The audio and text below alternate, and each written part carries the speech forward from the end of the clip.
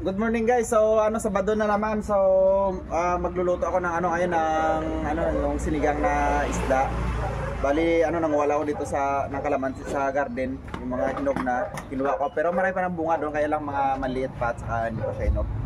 So titingnan ko kung ano yung makuha dito na gulay para lulutuin ko mamaya. Yung iba ihalo ko sa sinigang. So pasok tayo guys. Huwag kayo mahiya. Tara. Halika na. Bagal naman itong cameraman ko. Ano naman yan?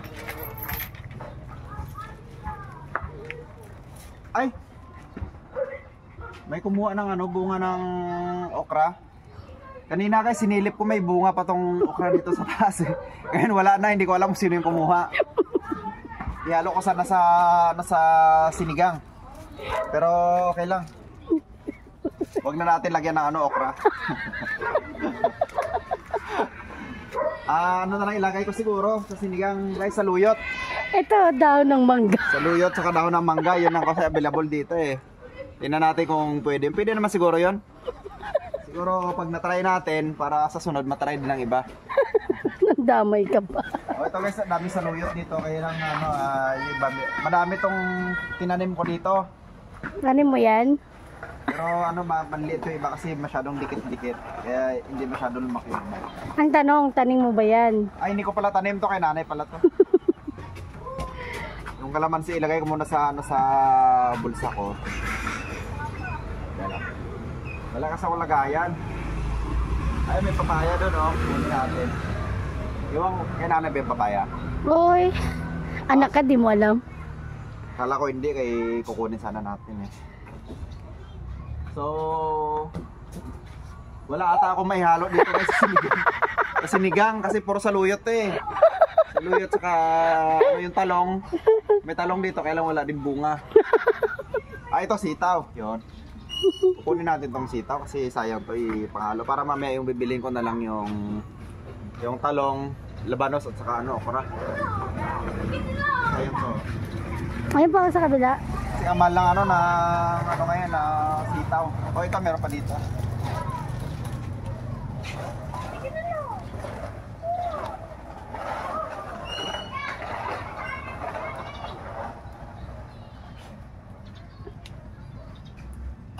Ito pwede na to. Ayun pa. Ito meron. Hindi magulang na to eh. Kaya mo na magulang ka rin naman eh. Magulang. Aray ko. So ito guys, pwede na ito panghalo sa baba maya kasi meron namang talong saka okra. Kasi pag binili mo to sa dyan sa Talipapa, siguro mga nasa nasa 10 piso. Wala na rin guys kasi malunggay na sa papaya nandito eh. Ito lang siguro yung pwede natin makuha ngayon. Ito yung labog ko guys, tingnan nyo. Madami na to. 3 puno siya, ito marami pang dahon. At saka yung iba dito, ito pala guys, tingnan natin Ay, paano mo nga? Tingnan mo. Ito yung yung ibang labog na na tinanim ni nanay. Ito ayun, ito nabuhay na, ito buhay na to, may mga na siya dahon. Ito buhay na siya. Kaya para mabilis siyang dumami. At saka dito to mga alugbati. Yan.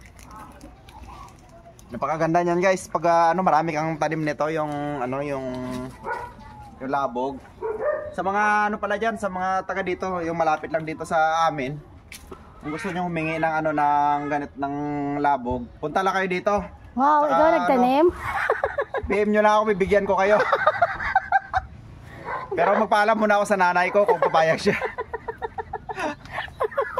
Kung papayag siya na hindi, bigyan kayo guys pag pumunta kayo dito. Yung labog ko sa mga taga Iloilo dyan, baka gusto nyo na punta muna kayo ng Maynila. Na magluto ng yung mga taga Iloilo na dito nakatira sa Maynila, hindi ko sinasabi na doon sa Iloilo. Yung mga dito lang nakatira sa Maynila, malapit dito, pag gusto nyo ng labog, PM nyo lang ako. O kaya pumunta na kayo dito, bibigyan ko kayo. So ito yung papaya. Yung papaya, hindi pa to pwede kasi sobrang liliit pa nito. Siguro mga next year pwede na to. Pwede na siyang gulayin. At saka Ito may mga talbos pa dito ng ano ng kamote. Pero hindi masyado madami. So, yung madami dito guys, yung saluyot. Ito saluyot, oh, doon sa loob, marami saluyot. So ito lang muna yung sitaw yung kukunin natin.